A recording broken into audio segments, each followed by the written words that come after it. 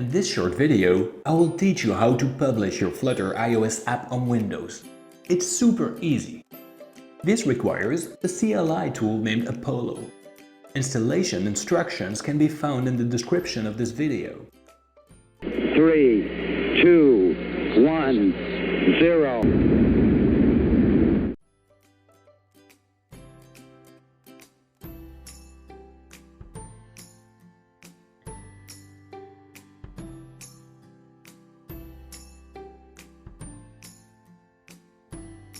A few moments later.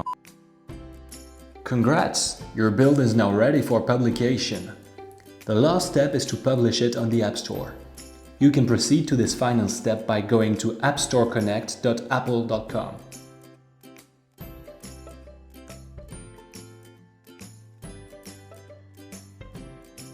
We now need to scroll down to the Build section.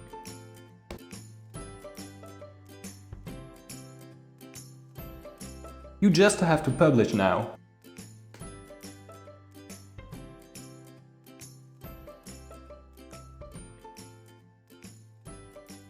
Thanks for watching. If you like the content, please subscribe.